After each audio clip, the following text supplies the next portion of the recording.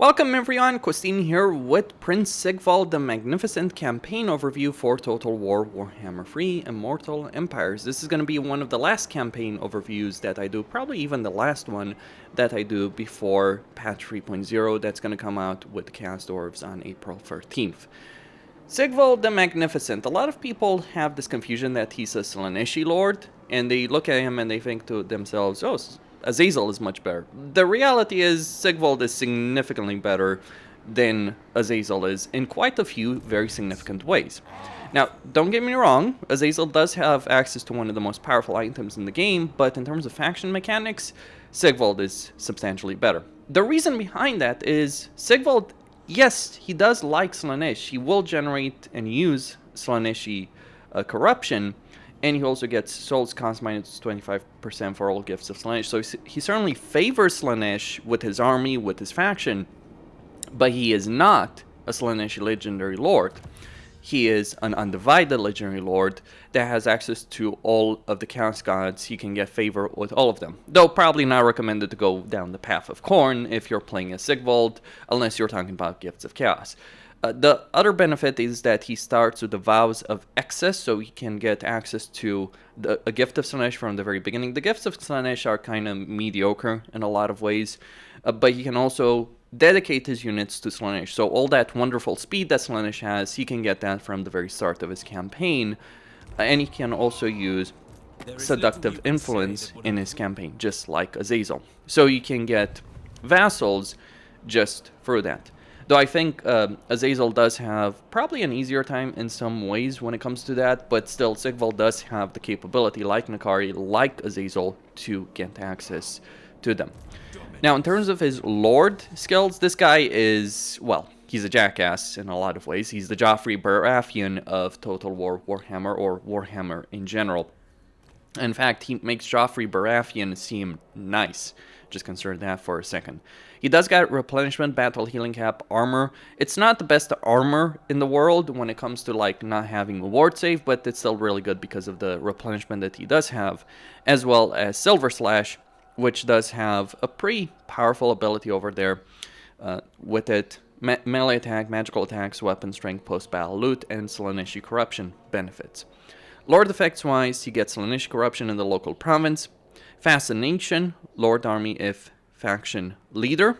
Now, Fascination, I'm not sure if I'm going to be able to show this over here, but I'm pretty sure it's the same ability. Actually, I can see it here. It's the same ability that Nakari has access to in his campaign. So this can do a lot of damage to units in a battle if you're targeting them with them.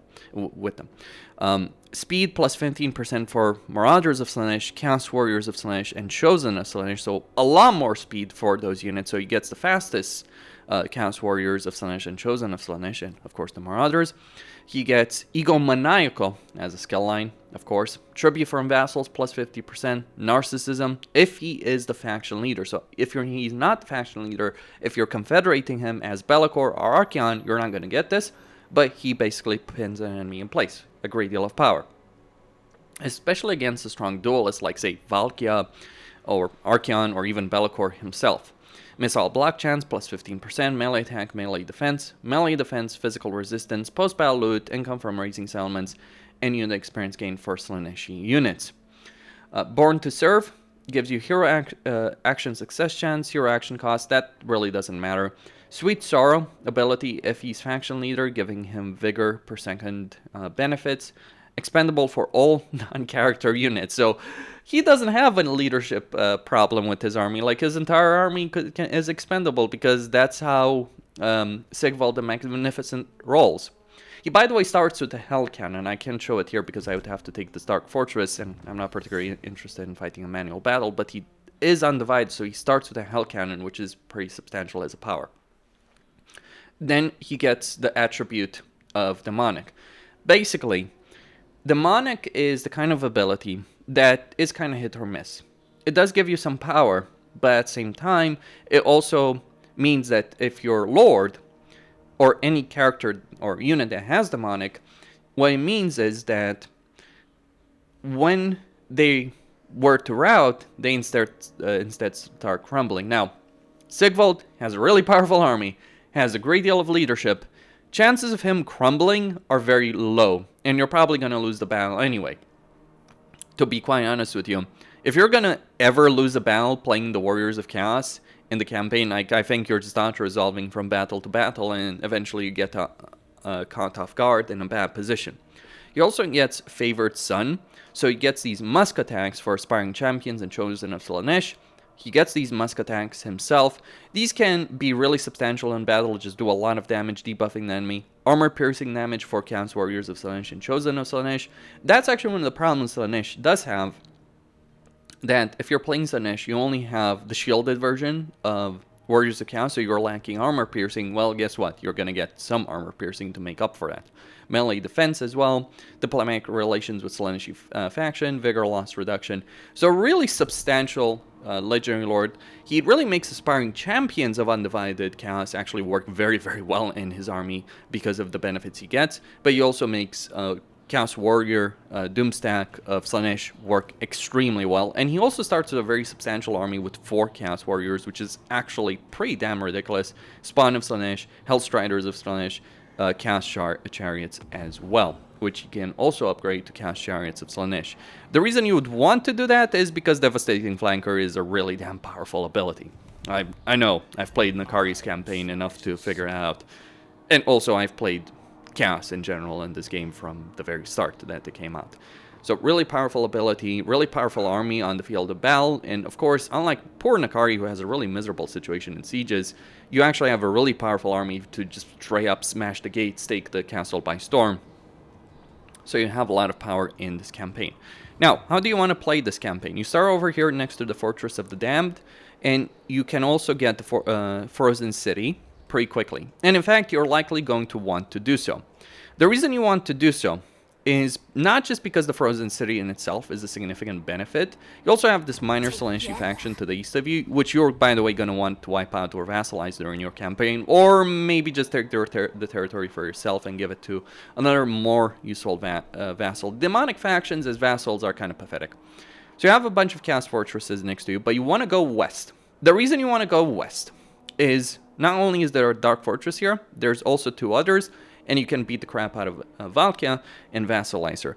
Though, to be honest, I'm not sure if that's really worth it, because here's the thing about vassalizing Warriors of Chaos factions. Sigvald is the only one that's actually worth vassalizing. All the others are just crush them completely, annihilate them. Obviously, there's some benefits if you vassalize Valkia, but you probably need to give her a direct territorial link. In the rest of your territory, you might want to give her this particular Chaos Fortress in order to make her useful in your campaign. What you're really aiming for here in the west, which is something that Valkia aims for as well, is to get Hellebron, Grond, and Malekith under your control. Why do you care about Grond? They're a minor faction. Well, generally speaking, you would not care about the minor faction as a vassal, and by the way, don't bother with the Greenskins, they're worthless as a vassal. Hellebron will make much better use of their territory if you take it for her, and also don't bother with the Dark Elves over here. But the reason you want Grond is Grond itself is an amazing province, so if you subjugate Grond over here, and chances are by the time you get there, Valkia is already going to take some of these settlements and probably leave the capital, so it's probably very easy to actually vassalize them. The reason you want to vassalize these guys is not because their army is going to be great, it isn't, but because you can gain a ridiculous sum of money from these guys as a vassal. Especially if you take this Chaos Fortress for yourself, by the way. In the sense that there's a structure that affects adjacent regions. I'm not sure if it affects adjacent provinces or if it's just regions within the province it's in. I'm not quite entirely certain about that particular aspect of the Warriors of Chaos economy. To be honest, going to the details of Warriors of Chaos kind of feel is redundant because it's like they're so ridiculously powerful that you basically tie your hands behind your back and play with your teeth and you still win, more or less. But yeah, take Grond, vassalize them, subjugate them, same with Hellebron beforehand. Give Hellebron a lot of the territory over here, by the way. Like, take it over yourself and sell it to her. She's going to be a very happy vassal with that much territory, and she's going to generate a huge amount of income. Malekith is worth vassalizing, but with with the situation that you do need to give Malekith quite a bit of territory. So advancing west, dealing with the factions here, vassalizing Malekith, Helebron, maybe Valka if you really want to. Grond, of course, is probably your best campaign plan. Then sweeping down south, taking all of this territory, making sure this goes to Helebron or Malekith most likely.